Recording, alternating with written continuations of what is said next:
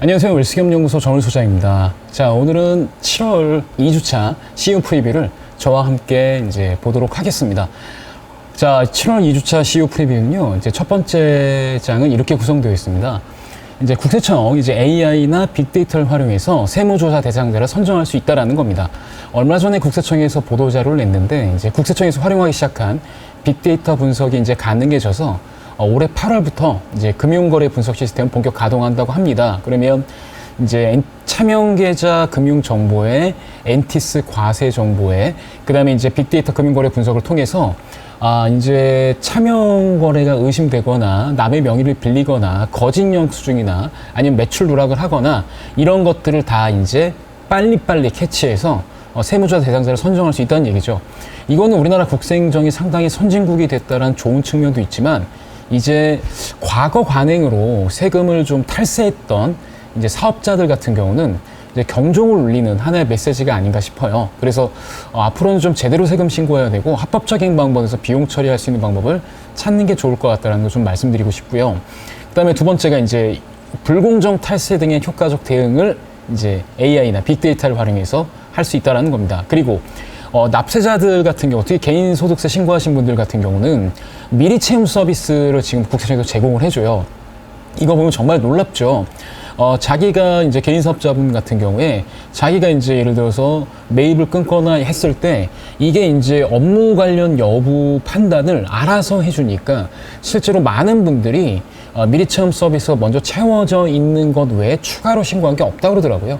그 말은 이제 정확하다는 얘기입니다. 그래서 이제는 어설픈 탈세, 그 다음에 개인 사업자분들 아직도 관행적으로 뭐 제가 들리는 말에 의하면 사업 규모에 따라서 가공 경비 어느 정도 넣는다고 하는데 이제 비업무용 매입 자료라든가 그런 행태들은 이제 좀 근절되는 게 서로를 위해서 좋겠다. 왜냐하면 괜히 조사 대상자 선정되는 게요. 지금 AI로 가니까 예전에는 운 좋아서 넘어갈 수도 있지만 지금은 다 선정이 돼서 전산에서 AI로 걸러지니까 쉽지 않다는 거죠. 그리고 요즘에는 그 세무조사 대상자도요, 뭐 어떤 타깃이라기보다는 그 전산에서 걸러진 사람들이 랜덤으로 배정받는 시스템이기 때문에 이젠 더욱더 조심하셔야 된다. 그리고 본인들의 자금 출처라든가 이제 증빙은 확실하게 챙기시는 이제 걸로 가셔야 된다라는 말씀을 좀 드리고 싶습니다. 그래서 이런 거를 전제로 깔아둔 상태에서 두 번째 장을 좀 설명해 주시면 좋을 것 같은데요. 두 번째 장은 이제 이번 달 7월 달에 주택에 영업해야 될 방향성을 좀 축약해서 넣어놨습니다. 일단 먼저 물어보세요.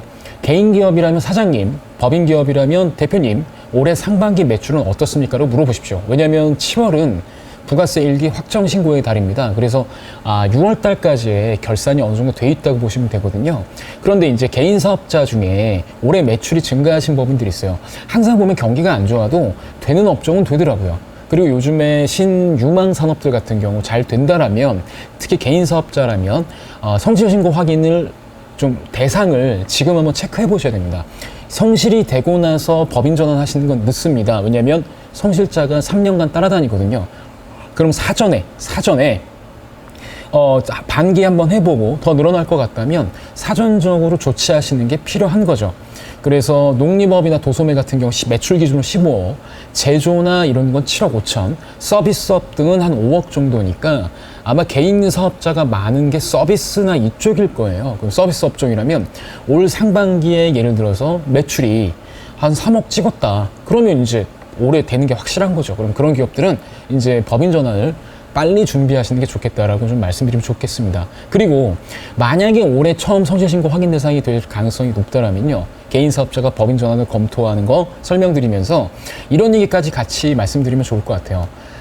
지난번 CEO 리포트에 나왔던 자리인데 수익 금액 10억 기준으로 보게 되면 개인 사업자 세무조사 비율이 엄청 높다는 걸 우리가 확인할 수 있지 않습니까? 그러면 이때 세무조사를 피할 수 있는 방법은 개인 기업보다는 조금 더 투명성이 담보된 법인 사업자 형태로 전환인 겁니다. 그러면 이제 어떻게 전환하는 게 좋을까? 이거는 이제 처음에 창업이 좋은지, 아니면 업력이 개선하면 좋은지, 아니면 개인 사업자 때 이미 조세특례법상 세감면 혜택을 받고 있다라면 이걸 유지하는 게 더 좋겠죠. 그래서 이거는 이제 단순히 뭐 이게 좋겠습니다, 영업원 평가하는 게 좋습니다, 뭐 혐의조차 법인 전환이 좋습니다, 세금 감면 받아야지, 이게 중요한 게 아니라 우리 개인 사업자 우리 대표분의 앞으로 경영 철학과 이런 그 발전 가능성을 보고서 판단을 하시는 게 좋겠다. 그리고 저는 이것도 생각하셨으면 좋겠어요.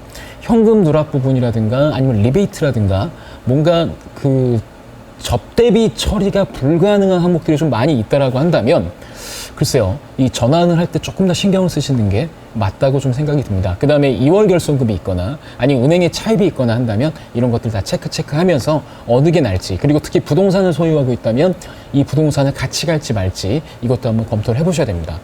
그리고 사실 저는 이런 생각을 하고 있어요. 군계 일학 되지 말자. 그러니까 저는 이제 차라리 이런 생각이거든요. 모두가 강남을 오고 싶어 하는 이유는 아마 세금 때문일 수도 있어요. 강남엔 워낙 부자들이 많으시니까 좀 어설프게 번다고 해서 리스트가 대상이 되진 않죠. 하지만 그 외 지역은 쉽게 노출이 될 수 있다는 거죠. 그래서 세금 부담을 줄일 수 있는 방법들을 이제 좀 찾으셔야 됩니다. 특히 올해 다수가 어려울 때 경기가 좋아서 상반기에 업적 매출이 좀 많으신 분들은 당연하죠. 과세할 데가 없는데 그럼 과세할 때 가지고 뭔가 지지고 볶고 하지 않겠습니까? 그러면 이제 뛰어난 사람이 되지 마시고 이런 경우에는 세감면이라든가 세액공제를 적극적으로 활용하시는 게 어떨까 하는 겁니다. 그래서 제가 밴드에 2020년 중소기업 조세지원제도 이걸 다시 올려드렸고요. 그러면 이제 세액공제라든가 세감면을 받기 위한 조건들을 한번 꼼꼼하게 체크해 보시면 좋겠는데, 일단 연구에 대해서 투자를 하시게 되면 투자 비용에 대해서 세액공제가 적용되는 부분이 있습니다. 그래서 기업부설 연구소가 있든지 아니면 벤처기업 확인을 받든지 아니면 시설 투자론 세액공제를 받든지 이걸 통해서 이제 좀 뭐 우리가 할 수 있는 부분이 많이 있으니까 혹시나 그게 준비가 안 되신 법인들은 준비를 시켜드리면 되는 거고요. 그리고 이미 기업부설 연구소가 있는 법인이라면 실제로 운영이 되는지 안 되는지 점검 한번 해보실 필요가 있어요. 만약에 실제로 운영하는 게 자신이 없다. 그리고 지금 연구소 연구 R&D 세액공제로 엄청나게 많은 세금을 안 내신 경력이 있으시면 저는 글쎄요, 지금 R&D 비용 사전 검증 제도라는 지금 이 시점에서 과연 이걸 그대로 그냥 끌고 가는 게 좋을까? 이건 판단의 여지가 좀 필요하다고 생각을 합니다.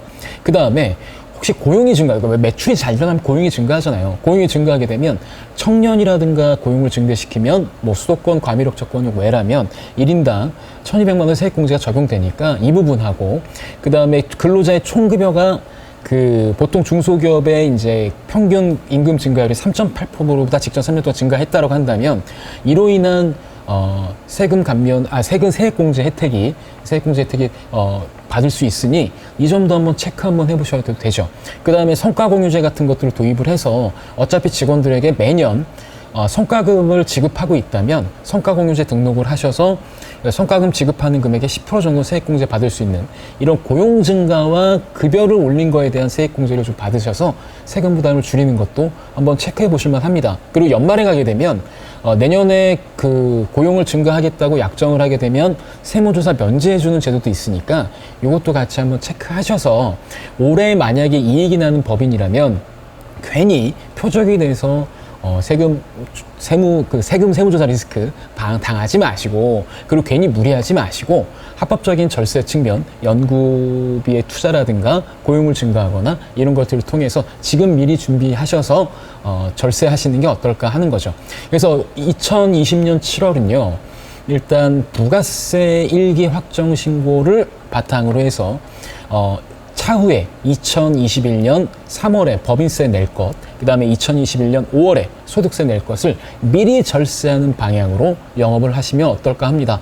자, 이번 주도 화이팅 하시길 바라면서 제 동영상 좋아요, 구독 버튼 꼭 눌러주시길 부탁드리겠습니다. 자, 그럼 오늘 여기서 이만 마무리할게요. 안녕!